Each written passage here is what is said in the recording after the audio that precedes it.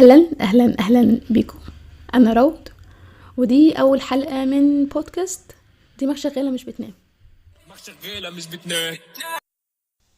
الحلقه دي الهدف منها مش بس فضفضه، الهدف منها انه كلامي ممكن يكون سبب في ان حد يفهم نفسه مثلا من خلال الخواطر بتاعتي، او الكلام اللي بنفتكره شخبطه بيكون مفتاح لناس تانية. طول عمري كنت بحسب نفسي لوحدي وان في حاجه غلط، لحد ما عرفت ان اللي بحسه العلم نفسه اتكلم عنه. في نظريه اسمها نظريه ماسلو للاحتياجات، ودي بتقول ان الانسان مش بيقدر يوصل لنفسه او انه يحقق ذاته الا لما يحس انه محبوب او مقبول، وده بيبدأ من البيت، من الاهل. ده غير انه علم النفس بيقول ان الطفل اللي محسش انه مسموع او مفهوم بيكبر وهو شايل جواه صوت بيشكك في نفسه طول الوقت، وده اللي اسمه inner critic، او الصوت اللي بيقوله انت مش كفاية. الحقيقة عمري ما كنت عارفة ان اللي بعمله كفاية ولا لأ من غير ما يتقلب برافو، وحتى ما كنتش اعرف ليه رأي اهلي فيا كان بيحدد انا مين. كان كل دي تساؤلات طفلة ما كملتش 10 سنين. وبالمناسبة دي هنرجع لطفولتي واحكي لكم موقفين. اول موقف كنت مع بابايا في الاستاد، وانا واخواتي وصاحب بابايا وعياله. فصاحب بابايا اداني بسكويت وانا ضحكت له وقلت له شكرا وكده. ساعتها بابايا شاف الموقف وابتسم لي وضحك لي ان انا خلاص ساعتها ترجمت ان كلمه شكرا دي لطيفه وكويسه انها تتقال. كنت 5 سنين. الموقف التاني كنت في المدرسه برضو في ابتدائي بس اكبر شويه، وكنت جايه مقفله كل الامتحانات بتاعت الاسبوع وفرحانه بقى وعايزه يتقلب برافو من بابا وماما، عايزاهم يشوفوا. فانا كنت اتنشن شويه، فجمعت ورق الامتحانات، رحت لبابايا، ده المدرسه عايزين امضتك على الورق. ساعتها كنت مفقوسه، بس انا كنت عايزه اشوف الحاجه دي في عينيه. طيب ليه انا بحكي الموقفين دول؟ عشان هو ده موضوع النهارده، وكنت بتكلم على الفاليديشن اللي بنحتاجه من اهلنا. ليه اخترت اتكلم عن الموضوع ده؟ لان لقيت حد كمان بيتكلم وحاسس ان انا اللي بتكلم، فاحنا شكلنا كتير مش قلال، اوكي يلا بينا نتكلم عليه. ده كان اثر عليا في الطفوله، ان انا كنت دايما بحاول ابقى good girl، اللي بسمع الكلام، اللي بعمل كل الطلبات، وفعلا انا كنت واخده الوصف ده وانا صغيره. بس على الجانب الاخر ان كل صفه سلبيه كانت بتتقلي كانت مترسخه في دماغي ان ده انا. فانا كنت متصرفه في دماغي ان انا good girl، ان انا غبيه، وان انا بارده. فلما جيت خرجت بره وكبرت شويه وتعاملت مع الناس، في الاول لقيتهم بيقولوا لي ان انا مجتهده وان انا ذكيه وان انا لطيفه وان انا دمي خفيف، اللي هو انا في الاول ما كنتش مصدقه ده، عشان ده مش الحاجه اللي باخدها من اهلي. فبس بعدين شويه لا، انا فعلا اتقالت لي من كذا حد واتكررت على مدار كتير، فشكلي كده في كتير، او شكلها كده حقيقه. طب ليه انا ما كنتش مصدقه؟ ليه انا كنت واخده الفكره التانية عني، مع ان انا طلعت العكس؟ فبقيت محتاجه اثبت لهم ان انا مش كده، وده طبعا عمل بريشر عليا لحد ما وصلت نقطه التحول.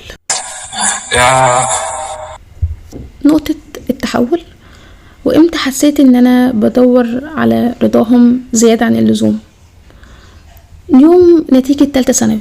ساعتها انا خيشت، بس كل اللي كنت مستنياه ان خلاص بما ان مفيش نتيجه كويسه، انه مستنيه دعم معنوي. بس طبعا ده ما حصلش. وساعتها برضو اللي هو انا فكرت ان انا ليه مستنيه رايهم قوي كده، ليه رايهم فارق قوي كده، ورجعت زي ما كنت بفكر وانا صغيره ان ليه دي حاجه فارقه قوي كده، وليه دي حاجه حتى عليا بريشر قوي كده. انا في اعدادي وثانوي كنت تمام مع نفسي، تالتة ثانوي رجعت تاني زي ما كنت في ابتدائي، وان انا عايزة منهم الفاليديشن، وان انا عايزة منهم كل حاجة. وساعتها ايقنت انه انا لسه هناك. انا كنت فاكرة ان انا خلاص بطلت محتاجة اي رأي اي حد، بس لا، انت لسه هناك ولسه محتاج رأي اهلك فيك. طيب ده كان اثره ايه؟ طبعا انعزال تماما. عايشة مع نفسي، مش بشاركهم البلانز بتاعتي، محدش عارف انا بعمل ايه.